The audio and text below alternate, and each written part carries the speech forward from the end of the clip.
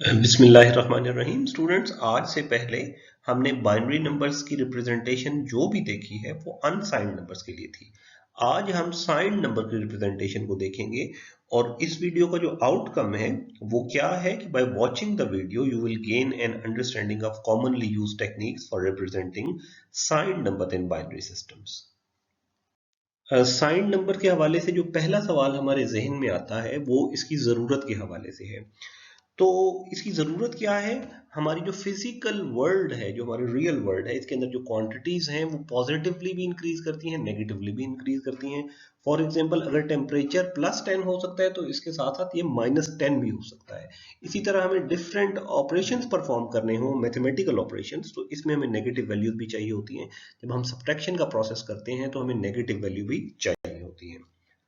आमतौर पे जो कंप्यूटर्स हैं उनके अंदर तीन कॉमनली यूज्ड साइंड नंबर की रिप्रेजेंटेशन के सिस्टम्स हैं। Signed magnitude systems, one's complement system and two's complement system. जब कंप्यूटर जो है साइंड रिप्रेजेंटेशन का सिस्टम अडॉप्ट करेगा तो वो इन तीनों में से कोई एक सिस्टम अडॉप्ट करेगा। ऐसा नहीं हो सकता कि कंप्यूटर साइंड मैग्नीट्यूड सिस्टम को भी यूज करे और साथ ही पैरेलल में वंस कॉम्प्लीमेंट सिस्टम भी यूज करे। इसी तरह वंस और टूज कॉम्प्लीमेंट एक कंप्यूटर के अंदर इंप्लीमेंट नहीं होते। एक कंप्यूटर इन तीनों में से कोई एक सिस्टम को अडॉप्ट करेगा। स्टूडेंट्स, अब हम वन बाय वन तीनों जो साइंड सिस्टम्स हैं इसको देखेंगे। सबसे पहले हम साइंड मैग्नीट्यूड सिस्टम को देखेंगे। तो जो साइंड मैग्नीट्यूड सिस्टम है इसमें जो लेफ्ट मोस्ट बिट होती है वो हम उसको साइन बिट कहते हैं, क्योंकि वो नंबर की साइन को रिप्रेजेंट करती है।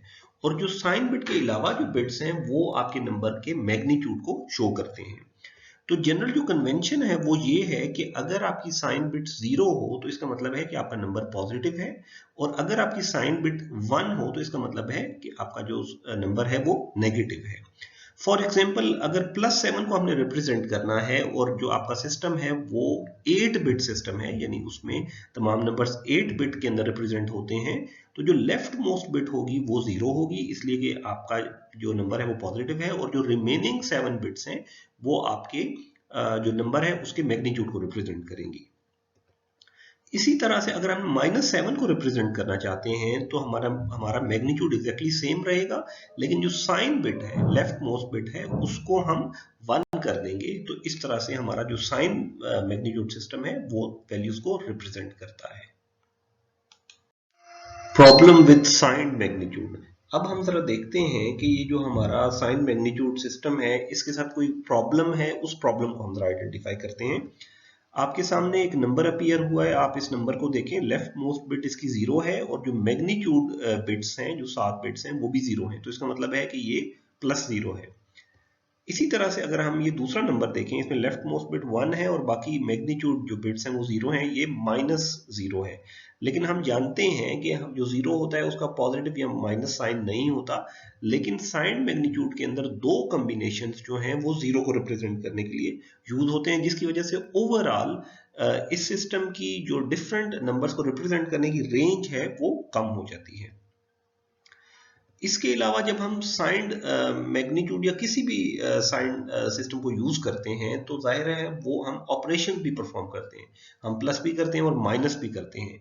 तो जो साइंड मैग्नीट्यूड के अंदर जो एडिशन और सब्ट्रैक्शन करने का मैकेनिज्म है वो रिलेटिवली कॉम्प्लेक्स है और टाइम कंज्यूमिंग है as compare to one's complement और टूज कॉम्प्लीमेंट। तो नॉर्मली इन्हीं शॉर्ट कमिंग्स की वजह से जो कंप्यूटर्स हैं उसके अंदर साइंड मैग्नीट्यूड नंबर बहुत ज्यादा कम यूज होता है। Signed magnitude system range. अब हम जरा देखते हैं कि जो साइंड मैग्नीट्यूड सिस्टम है ये कितने नंबर्स को रिप्रेजेंट कर सकता है। तो अगर हमारे पास एक n बिट नंबर है और वो ऐसे कंप्यूटर के अंदर रिप्रेजेंट हो रहा है जो कि साइंड मैग्नीट्यूड को यूज कर रहा है, के जरिए हम निकाल सकते हैं उसकी रेंज क्या है, minus this number two this number. n क्या है, n जो आपका साइज है जिसके जरिए आप रिप्रेजेंट कर रहे हैं, और इसके अंदर साइन बिट और मैग्नीट्यूड दोनों यूज होते हैं। फॉर एग्जाम्पल, अगर हमारे पास n की वैल्यू 8 है, जैसे कि अभी हमने प्रीवियस स्लाइड्स के अंदर देखा कि हमने 8 बिट के जरिए कुछ नंबर को रिप्रेजेंट किया, तो इसकी रेंज क्या आ जाएगी, the range is from -127 to 127। तो ये -127 से +127 तक जाएगी। अगर हमारे जो नंबर ऑफ बिट्स हैं वो चेंज होते हैं तो ये रेंज भी चेंज हो जाएगी।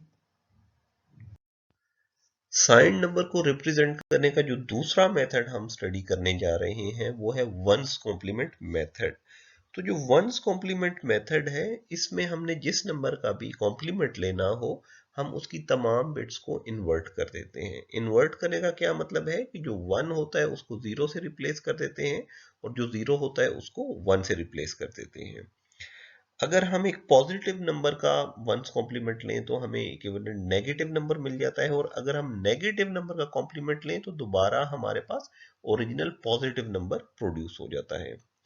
इसको हम एग्जाम्पल की मदद से मजीद जो है वो अंडरस्टैंड करने की कोशिश करते हैं। +9 है उसका वंस कॉम्प्लीमेंट लेना चाह रहे हैं, और जो +9 है ये एक 8 बिट नोटेशन, यानी हम इसको 8 बिट के थ्रू रिप्रेजेंट कर रहे हैं।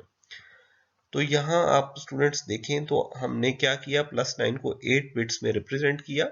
इसमें जो लेफ्ट मोस्ट बिट है वो 0 है। इसका क्या मतलब है? इसका मतलब ये है कि जो हमारा नंबर है वो पॉजिटिव है। जब हम इसका वंस कॉम्प्लीमेंट लेंगे तो हम इसकी तमाम जो ओरिजिनल नंबर है +9 उसकी बिट्स को इन्वर्ट कर देंगे। इन्वर्ट करेंगे तो हमारे पास ये नंबर प्रोड्यूस हो जाएगा, और ये क्या है? ये -9 है। अगर हम एक दफा दोबारा ये नंबर प्रोड्यूस हुआ है -9, इसका दोबारा वंस कॉम्प्लीमेंट लें तो दोबारा हमारे पास जो ओरिजिनल नंबर है वो प्रोड्यूस हो जाएगा। स्टूडेंट्स, प्रीवियस स्लाइड में मैंने आपको बताया कि जो वंस कॉम्प्लीमेंट में भी जो आपकी लेफ्ट मोस्ट बिट है, जो मोस्ट सिग्निफिकेंट बिट है, वो आपके नंबर के साइन को रिप्रेजेंट करती है। अगर आपका लेफ्ट मोस्ट बिट 0 है तो इसका मतलब है कि आपका नंबर पॉजिटिव है, और अगर आपका लेफ्ट मोस्ट बिट 1 है तो इसका मतलब आपका नंबर नेगेटिव है। हम इसको एक एग्जाम्पल की मदद से जानते हैं। सपोज आपके सामने एक नंबर है जो अपीयर हुआ है, और उसमें हम इसकी जो लेफ्ट मोस्ट बिट है वो 0 है, तो इसका क्या मतलब है कि ये नंबर आपका पॉजिटिव है। और अगर हम जानना चाहें कि ये डेसिमल में किस नंबर को रिप्रेजेंट करता है तो हम क्या करेंगे, प्लस, और ये जो आपकी बाकी राइट मोस्ट 7 बिट्स हैं वो रिप्रेजेंट कर रही हैं 15 को, तो ये +15 को रिप्रेजेंट कर रहा है। एक और एग्जांपल देखते हैं जिसके अंदर हमारी जो लेफ्ट मोस्ट बिट है वो 1 है, तो इसका मतलब है ये आपका जो आपका नेगेटिव नंबर है। और अगर हम जानना चाहें कि ये डेसिमल में किसको रिप्रेजेंट करता है तो इसका क्या तरीकाकार है, माइनस, और जो हमारा नंबर है हम इसका दोबारा एक वंस कॉम्प्लीमेंट ले लें, और हम जब वंस कॉम्प्लीमेंट लेते हैं तो तमाम बिट्स को जो है वो इन्वर्ट कर देते हैं। तो जब हम इसको फाइंड आउट करेंगे तो वो आंसर हमारा आ जाएगा -3। अब हम जरा देखेंगे कि जो वंस कॉम्प्लीमेंट है इसमें जो नंबर रिप्रेजेंटेशन की रेंज है वो क्या है।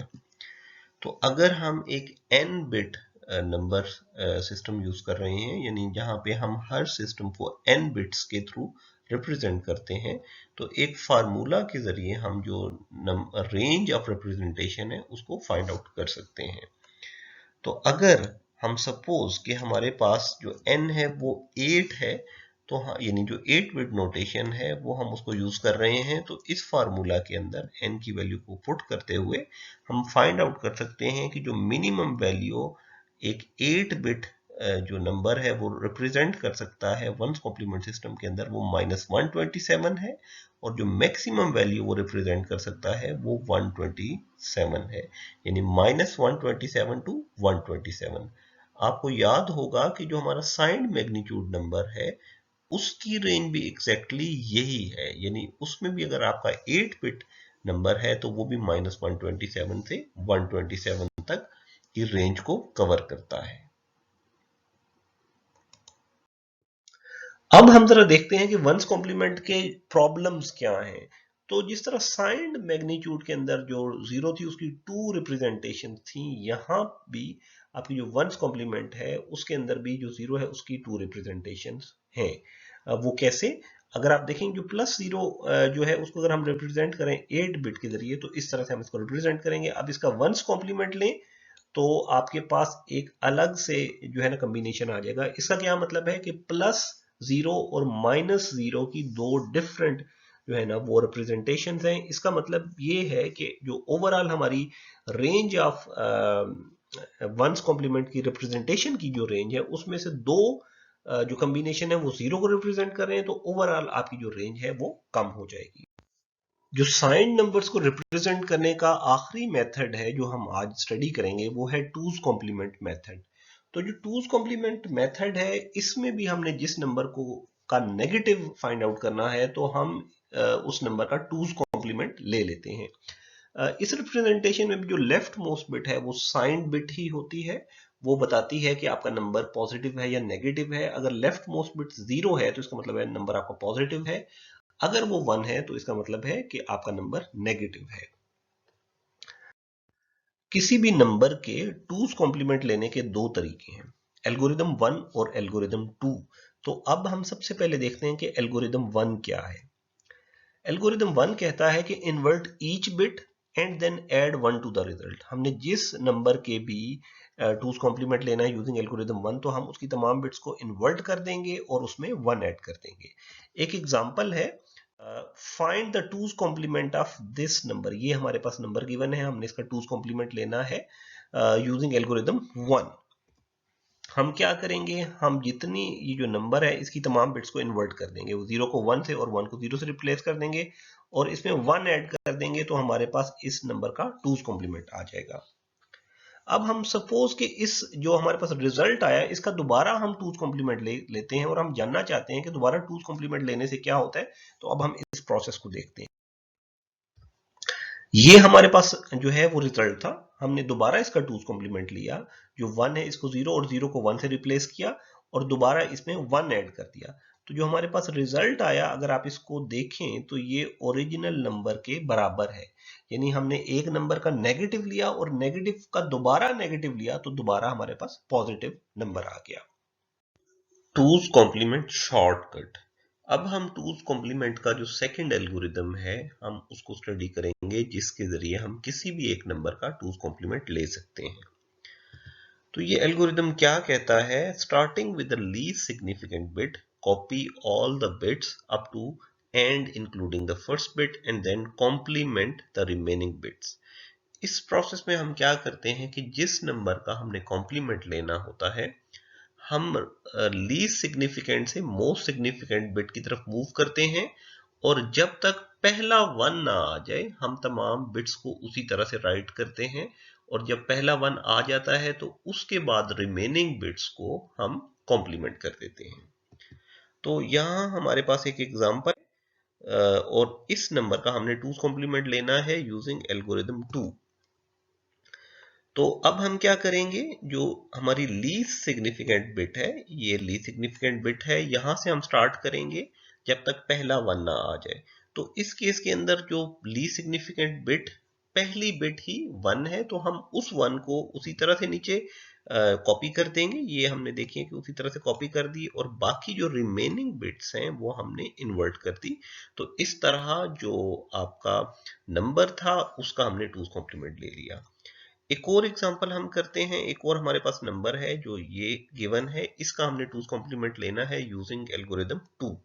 तो बिल्कुल वही प्रोसेस हम अगेन करेंगे। इसमें आप देखें तो जब हम लीस्ट सिग्निफिकेंट बिट से स्टार्ट करते हैं राइट साइड की तरफ मूव करते हैं तो जो पहली बिट है, सेकंड बिट है, थर्ड बिट है और जो फोर्थ बिट है वहां तक हम मूव करेंगे क्योंकि जब तक पहली 1 ना आ जाए हम जो तमाम बिट्स हैं उसको उसी तरह से राइट डाउन कर देंगे।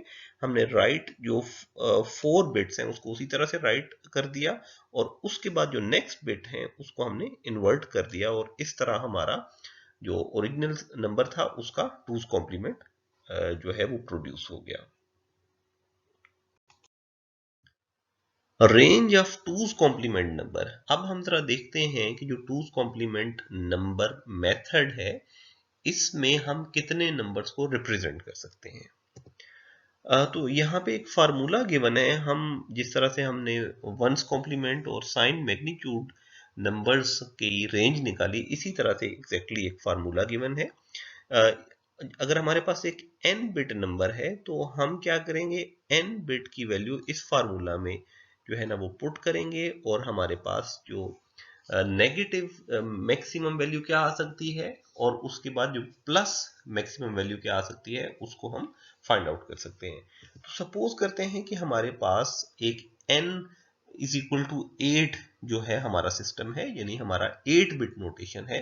तो जब हम इस फार्मूला के अंदर वैल्यूज पुट करेंगे तो हमारा आंसर आ जाता है -128 से लेके +127 तक। ये रेंज है हमारी if n is equal to 8। अगर n की वैल्यूज चेंज होती हैं तो अकॉर्डिंगली फार्मूला के मुताबिक वैल्यूज भी चेंज हो जाएंगी। तो अगर हम इस रेंज को कंपेयर करें साइंड मैग्नीट्यूड और जो वंस कॉम्प्लीमेंट की रेंज से, तो ये रेंज ज्यादा है। जो हमारा वंस कॉम्प्लीमेंट था और साइंड मैग्नीट्यूड नंबर था, अगर हम n इज इक्वल टू 8 के लिए देखें तो वो फ्रॉम 1 -127 टू +127 था। तो ये स्टार्ट होता है -128 से। इसका क्या मतलब है? इसका मतलब है कि for two's complement more negative numbers than positive. Positive हमारे 127 है, जबकि नेगेटिव -128 यानी कि नेगेटिव नंबर्स ज्यादा हैं। जबकि जो साइंड मैग्नीट्यूड और वंस कॉम्प्लीमेंट के अंदर ये केस नहीं था, बल्कि उसके अंदर दोनों पॉजिटिव और नेगेटिव साइड्स में इक्वल नंबर रिप्रेजेंट होते थे। स्टूडेंट्स अब टाइम हुआ है क्विज का। और क्विज का सवाल क्या है कि what is the decimal equivalent value of 10110011। ये एक बाइनरी नंबर है और आपने बताना है कि जब हमारा system sign magnitude system use करता है तो तब इसकी क्या इक्विवेलेंट वैल्यू होगी डेसिमल में, जब वंस कॉम्प्लीमेंट सिस्टम यूज करते हैं तो फिर क्या वैल्यू होगी, और जब टूज कॉम्प्लीमेंट सिस्टम यूज करते हैं तो फिर इस नंबर की क्या वैल्यू होगी। तो आप इसको सॉल्व करें और इसके जो तीनों आंसर हैं वो आप फाइंड आउट करें। जो पहला कमेंट है उसमें इसका आंसर गिवन है, उस आंसर के साथ अपने सॉल्यूशन को कंपेयर करें। Thinking assignment. तो स्टूडेंट्स आखिर में एक असाइनमेंट है जिसके बारे में आपने खुद सोचना है और आपने खुद इसका सॉल्यूशन फाइंड आउट करना है। तो सवाल है कि why the range of two's complement system is more than other two systems. तो अभी हमने जो तीनों सिस्टम स्टडी किए हैं हमने उनकी रेंजेस को देखा है, और हमने देखा है कि जो टूज कॉम्प्लीमेंट है उसकी जो रिप्रेजेंटेशन की रेंज है वो as compare to other two system ज्यादा है। तो आपने फाइंड आउट करना है कि क्या वजह है कि उसकी रेंज रिलेटिवली ज्यादा क्यों है। आप इसका सॉल्यूशन फाइंड आउट करें और इंशाल्लाह फिर हम आपसे नेक्स्ट वीडियो में मिलते हैं। अल्लाह हाफिज।